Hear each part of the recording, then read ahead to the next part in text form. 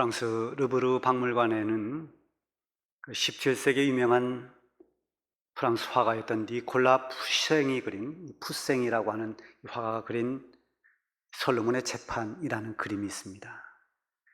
이 그림은 구약 성경 열왕기상 3장 16절부터 28절에 나오는 제목 그대로 솔로몬의 재판 이야기를 배경으로 한 것입니다.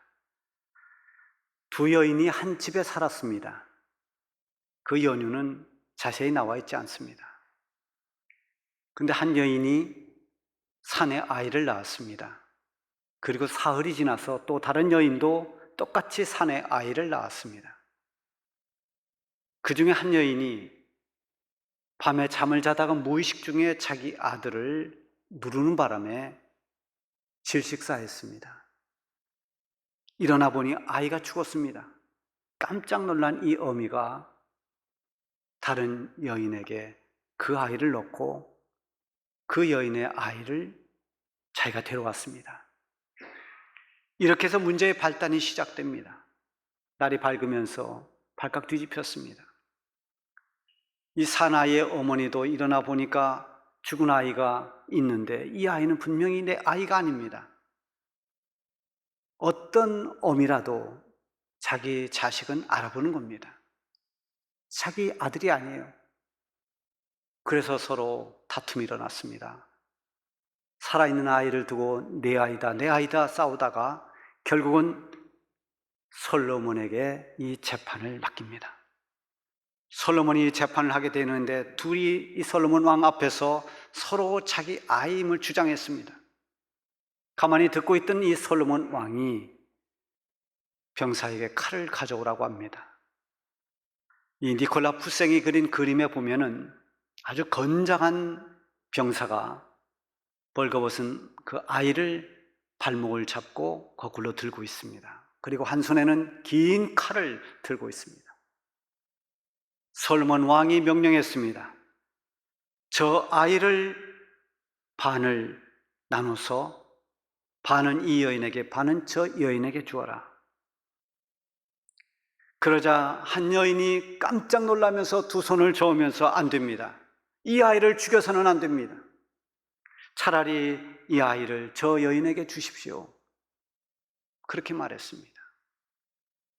그리고 또 한 여인은 그냥 심판한 그대로 놔두라 했습니다.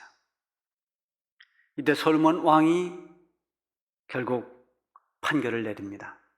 저 살아있는 아이를 다른 여인에게 양보한 저 여인에게 주어라. 저 여인이 바로 이 아이의 어머니다. 이렇게 해서 판결이 끝이 납니다. 이 사건이 끝나는 맨 마지막 절 28절에 보면 성경에 이렇게 기록되어 있습니다. 온 이스라엘이 왕이 심리하여 판결함을 듣고 왕을 두려워하였으니 이는 하나님의 지혜가 그의 속에 있어 판결함을 봄이더라. 솔로몬의 재판을 지켜본 이스라엘 백성들, 또 그 소식을 들은 이스라엘 백성들은 솔로몬 왕에게 하나님의 지혜가 있다는 것을 알았습니다. 아, 솔로몬 왕에게는 보통 사람들이 가지고 있지 않는 하나님의 지혜가 있구나. 그래서 그를 두려워했다는 것입니다. 하나님의 지혜는 이 세상의 지혜와는 차원이 다릅니다.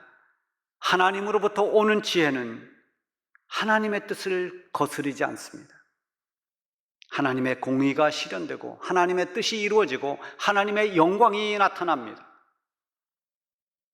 솔로몬은 하나님께 지혜를 구했습니다. 하나님, 저에게 지혜를 주십시오. 이 하나님의 백성들을 하나님의 뜻에 따라 잘 통치할 수 있는 그런 지혜를 저에게 주십시오. 하나님께서 이 솔로몬이 구하는 것을 듣고 매우 기뻐하셨습니다. 그래서 솔로몬이 구한 지혜를 주셨을 뿐만 아니라 구하지 아니한 다른 부와 명예까지, 영화까지 다 솔로몬에게 더해 주었습니다. 하나님이 원하시는 지혜를 구하니까 정말 후하고 넉넉하게 더해 주신 것입니다. 그래서 야고보서 1장 5절 말씀에 보면 너희 중에 누구든지 지혜가 부족하거든 모든 사람에게 후히 주시고 꾸짖지 아니하시는 하나님께 구하라. 그리하면 주시리라. 이렇게 말씀합니다. 이 세상에서 인간의 지혜도 살아가는데 매우 필요한 것입니다. 지혜를 사전적 의미로 찾아보니까 이렇게 정의했습니다. 사물의 이치를 빨리 깨닫고 사물을 정확하게 처리하는 정신적 능력, 이렇게 정의되어 있어요. 뭐 어렵게 말하고 있습니다만 쉽게 말하면 모든 일에 눈치가 빠르고 임기응변에 능해서 모든 일을 잘 대처하고 일 처리를 잘하는 것이다, 이런 말이죠. 매사에 일을 하는 걸 보면 확실히 지혜로운 사람은 다릅니다. 보통 사람이 할 수 없는 일들도 잘 처리합니다. 여러 경험과 또는 지식, 이런 것들을 잘 응용해서 순발력을 발휘하는 그 순발력이 굉장히 뛰어난 거죠. 그래서 잘 안 풀리는 문제도 때로는 잘 풀어갑니다. 몇 사람을 모아놓고 삼행시를 해보라고 그랬습니다. 그 삼행시 제목은 누렁이였습니다. 근데 대부분의 사람들이 다 어디에서 막히는가 하면 렁에 가서 다 막혔습니다. 렁으로 시작하는 단어가 아무리 생각해도 떠오르질 않습니다. 근데 한 사람이 기가 막히게 이것을 통과했습니다. 어떻게 통과했느냐 하면 누렁아 짖어봐, 렁, 렁렁, 렁렁렁. 이 새끼 똑바로 못 짖어, 이렇게 했다는 겁니다. 안 되는 말을 되게 만들었습니다. 삼행시로 말했지만은 이 세상 지혜는 어떤 위기를 대처하거나 어떤 일상의 문제들을 풀어가는데 매우 유익합니다. 인생의 오랜 경험을 통해서 지혜를 얻은 사람도 있고, 남들이 가지고 있지 않는 지식을 통해서 지혜를 가지고 있는 사람도 있습니다. 그래서 이 세상의 지혜를 가진 사람들은 그 지혜를 자랑합니다. 그 지혜를 의지합니다. 그러나 이 세상의 지혜는 한계가 있습니다. 세상의 지혜를 가지고는 결코 하나님을 알지 못합니다. 오히려 하나님께서는 이 세상에 지혜 있다고 자랑하는 그 지혜를 폐하신 뒤에 하나님의 지혜를 사용하도록 하십니다. 19절에 보면 기록된 바 내가 지혜 있는 자들의 지혜를 멸하고 총명한 자들의 총명을 폐하리라 하였으니, 이어서 지혜 있는 자가 어디 있느냐, 선비가 어디 있느냐, 이 세대의 변론가가 어디 있느냐, 하나님께서 이 세상의 지혜를 미련하게 하신 것이 아니냐라고 말씀합니다. 하나님의 뜻이 이루어지고 하나님의 섭리가 완성되어지는 일에는 인간의 수단이나 방법, 그 어떤 세상의 지혜가 주관이 될 수 없습니다. 그래서 하나님께 쓰임받는 사람은 과거에 자기가 자랑하던 그런 모든 세상의 지혜를 폐하게 만드시고, 그리고 하나님의 지혜를 통해서 하나님의 일을 하도록 하십니다. 바울은 이런 하나님의 뜻을 알고 과거에 자기가 자랑하고 있던 모든 것들을 다 아낌없이 버렸습니다. 하나님 앞에 두 손을 들고 오직 하나님께서 주시는 그 지혜를 힘입어서 자기 사명을 감당했습니다. 오늘 본문이 시작되는 18절 말씀에 보면 십자가의 도에 대해서 말씀합니다. 십자가의 도가 멸망하는 자들에게는 미련한 것이요 구원을 받은 우리에게는 하나님의 능력이라. 십자가의 도, 여기에 모든 구원의 비밀이 있습니다. 여기서 십자가라고 하는 것은 예수님의 죽음을 말합니다. 십자가는 겉으로 볼 때는 처절한 고통이고, 그리고 연약한 모습밖에 보이지 않습니다. 그래서 진정한 이 십자가의 능력을 보지 못하고 겉만 보는 사람들은 십자가를 멸시하고 조롱합니다.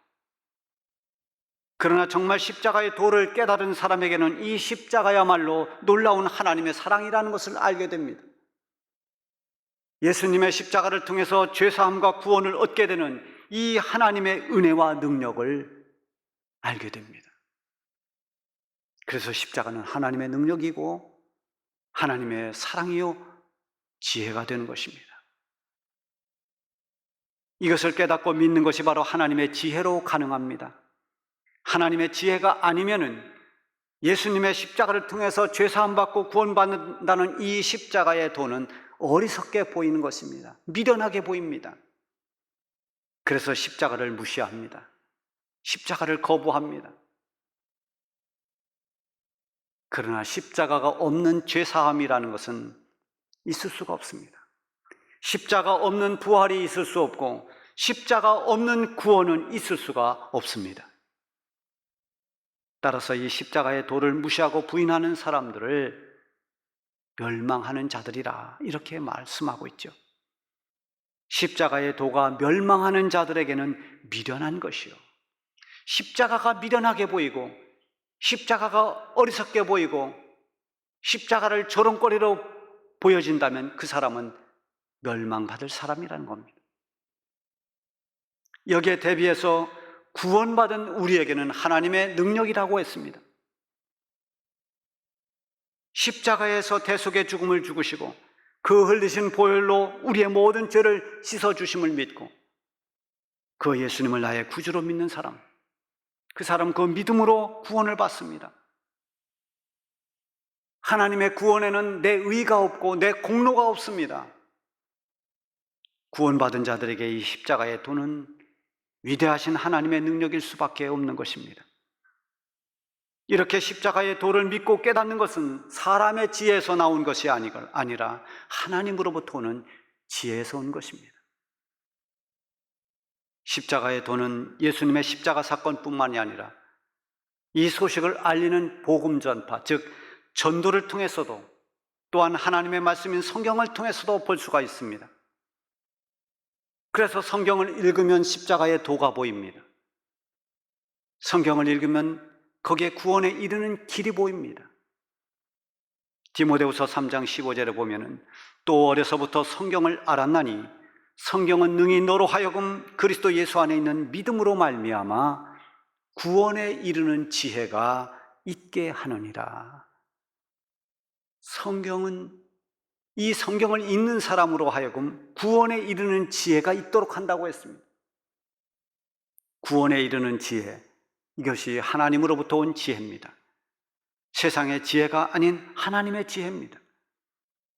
하나님의 지혜만이 하나님을 알 수 있고 하나님께서 행하신 그런 구원의 역사를 알게 되고 믿을 수 있게 되는 것입니다. 하나님의 지혜는 이 성경뿐만 아니라 전도를 통해서도 나타납니다. 하나님을 인간의 지혜나 지식의 범주 안에서 설명하려고 하면 설명이 안 됩니다. 하나님의 그 위대한 사랑, 하나님의 그 오묘한 섭리, 죄인들을 구원하시는 그 하나님의 그 귀한 손길, 그것을 사람의 방법으로 설명할 수 없습니다. 설명한다 하더라도 그것은 어쩌면 종교적인 설명일 뿐입니다. 그러나 하나님의 지혜로 전하면 놀라운 일이 일어납니다. 사람의 변화가 일어납니다. 회개하고 예수님을 믿고 구원받는 사람들이 생겨납니다. 옛날 최권능 목사님이 장터에 가서 전도할 때 이렇게 외쳤습니다. 아주 간단합니다. 예수 천당, 불신 지옥. 이것은 학문적으로 정리된 말이 아닙니다. 어떤 논리적인 설명도 없는 아주 단순한 외침입니다. 그러나 이 말을 외치는 최권능 목사님은 성령으로 충만되어 있고 하나님의 지혜로 충만되어 있었습니다. 아주 단순하게 예수 천당, 불신 지옥 했지만 낮에 장터에서 들었던 이 말이 집에 돌아가서 잠자리에 누웠는데 계속 귓가에 맴돕니다. 예수 믿으면 천당 가고 안 믿으면 지옥 간다. 마치 환청처럼 계속해서 그 말이 들려옵니다. 그래서 결국은 예배당에 나가고 그래서 예수님을 만나고 예수 믿고 구원받은 사람들이 수없이 많았습니다. 이것이 인간의 지식이나 지혜로 설명되는 게 아닙니다. 21절에 보면 하나님의 지혜에 있어서는 이 세상이 자기 지혜로 하나님을 알지 못하므로 하나님께서 전도에 미련한 것으로 믿는 자들을 구원하시기를 기뻐하셨도다. 전도는 화려한 미사여구가 필요하지 않습니다.